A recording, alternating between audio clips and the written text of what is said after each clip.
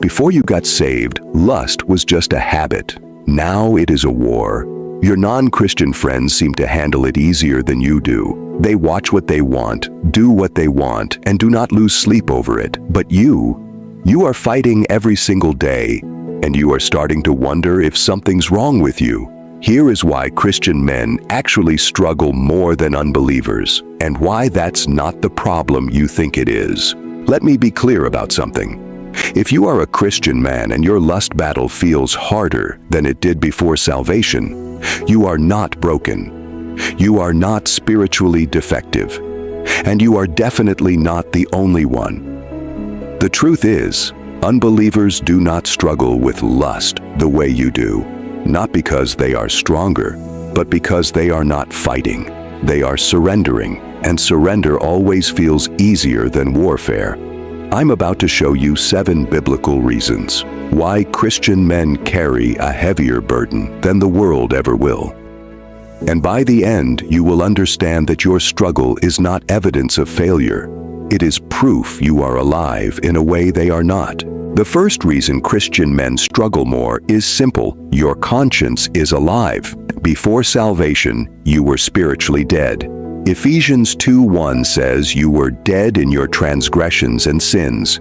Dead people do not feel conviction. They do not wrestle with guilt. They just exist. But the moment the Holy Spirit regenerated you, your conscience woke up. And now everything that used to feel normal feels wrong. That image you used to scroll past without thinking, it burns now. That thought you used to entertain casually, it convicts you immediately. Unbelievers do not have that problem. Their conscience is still asleep.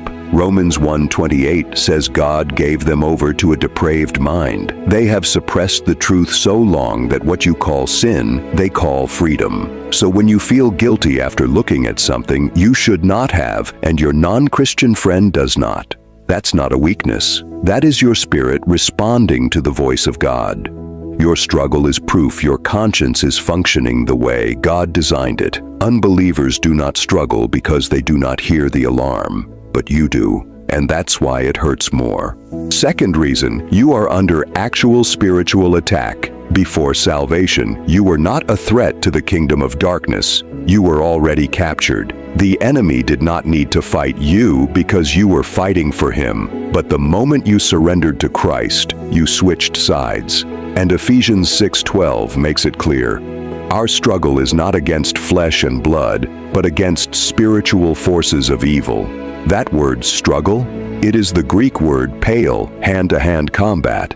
Your lust is not just biology anymore, it's spiritual warfare. The enemy knows that if he can keep you enslaved to this one area, he can neutralize your calling, your marriage, your testimony, and your authority in prayer. Unbelievers are not experiencing warfare. They are experiencing captivity. And captivity feels peaceful when you do not know you are in chains. But you are in active combat. And combat is exhausting. That's why it feels harder. You are not fighting your flesh alone. You are fighting principalities that hate you because you belong to God now. Third, the Holy Spirit inside you would not let you be comfortable in sin. John 16:8 says the Spirit convicts the world of sin. But for believers, that conviction is internal, immediate, and relentless. Before you were saved, you could sin and move on. But now, you cannot. That heaviness you feel after looking at something you shouldn't, that's the Spirit grieving inside you. Ephesians 4:30 says, "Do not grieve the Holy Spirit." Unbelievers do not have the Holy Spirit. They can indulge and feel nothing, no conviction, no weight, no internal war between what they want and what's right.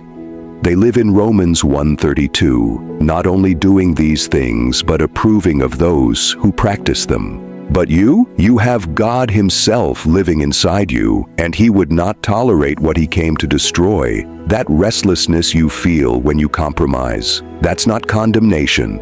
That's love. God loves you too much to let you stay comfortable in sin. Your non-Christian friends do not have that. They can numb themselves, distract themselves, and never deal with the weight, but you cannot. And that's actually a gift, even when it feels like a curse. Fourth reason, you understand what's at stake. Unbelievers think lust is just a physical release, but you know it's costing you intimacy with God. It's costing you peace. It is costing you spiritual authority. Before salvation, you had nothing to lose, but now you have tasted the presence of God. You have experienced answered prayer. You have felt the freedom that comes from walking in purity. And when you fall, you know exactly what you are sacrificing. That's why Hebrews 10:26 hits so hard. If we deliberately keep on sinning after we have received the knowledge of the truth, no sacrifice for sins is left. You are not ignorant anymore. You know better. And that knowledge makes the struggle heavier. Unbelievers sin without awareness of consequence, but you sin with full knowledge of what it is doing to your relationship with God. That is why their sin feels light and yours feels crushing. The weight you carry is not punishment, it is awareness. And awareness, as painful as it is the first step toward freedom. Fifth, your identity changed, but your flesh did not.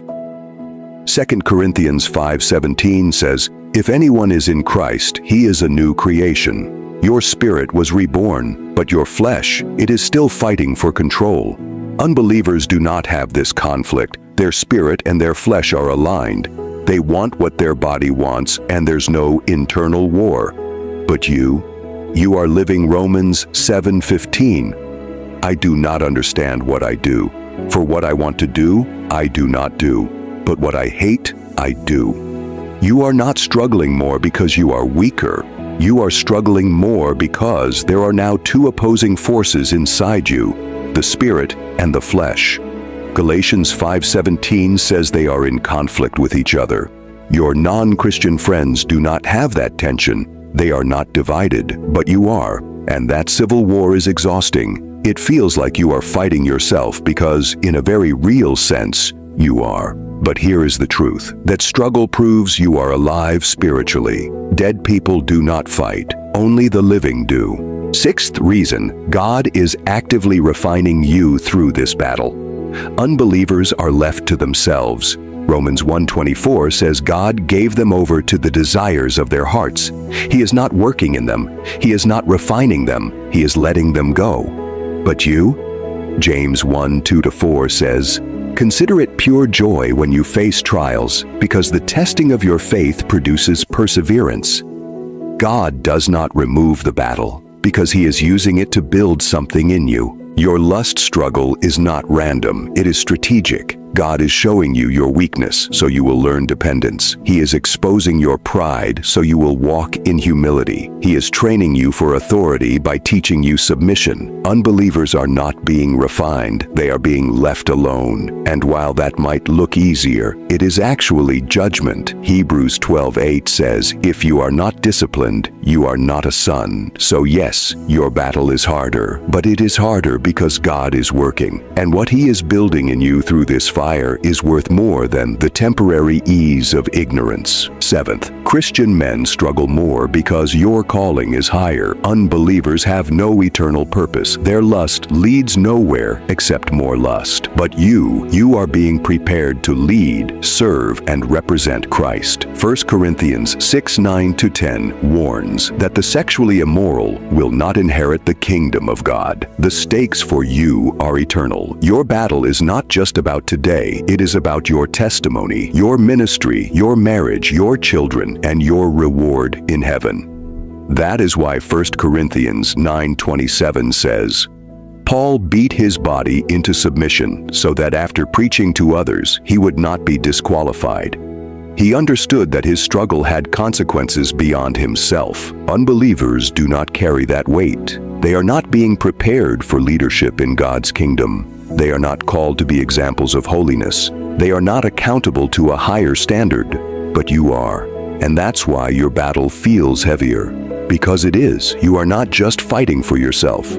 You are fighting for everyone who will one day be impacted by your faithfulness. So here is what you need to understand. If you are a Christian man and your lust battle feels impossible, do not compare yourself to unbelievers. They are not your standard. They are not fighting what you are fighting. Your struggle is proof that your conscience is alive. You are in real spiritual warfare. The Holy Spirit is inside you. You understand what is at stake. Your identity is changing. God is refining you. Your calling is higher. Unbelievers do not struggle because they are not awake. They are not at war. They are not convicted. They are not being refined. And they are not called to anything beyond themselves. But you carry the weight of a living God inside you.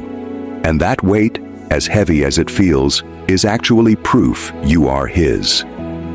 Romans 8:13 says, "If by the Spirit you put to death the deeds of the body, you will live." Notice it does not say, if you stop feeling tempted. It says, if you fight. And fighting is proof you are alive. Your non-Christian friends are not your competition. They are casualties, and you are a soldier. Soldiers do not compare their struggle to civilians. They compare their faithfulness to their king. So stop measuring your battle by theirs. Your struggle is different because your destiny is different. Let me bring this home. If your lust battle feels harder than it did before you were saved, that is not failure. That's awakening. Before, you were blind. Now you see. Before, you were dead. Now you are alive. Before, you were left alone. Now God is working. Your non-Christian friends do not struggle the way you do because they are still in the prison you escaped. They just do not know it yet. But you are in the middle of a war. And every day you resist, every moment you turn away, every time you choose obedience over impulse, you are winning. The enemy wants you to look at unbelievers and think they have it easier, but they do not have what you have. They do not know what you know, and they are not being prepared for what you are being prepared for. Your struggle is not proof God left you. It is proof He is still working. And the day you stop feeling convicted is the day you should worry. So do not give up. Do not compare yourself to people who are not fighting, and do not believe the lie that your battle means you are losing. The fact that you are still here, still fighting, still refusing to quit, that's victory. Because some are called to be blessed without a battle. But you are being forged. And when this is over, you would not just be free, you will be dangerous. Comment "fighting" if you are tired of the battle but refusing to quit. And that does not sugarcoat the war, but shows you how to win it. You are not alone, you are not broken, and your struggle is not your identity. It is your training ground. Now get back in the fight.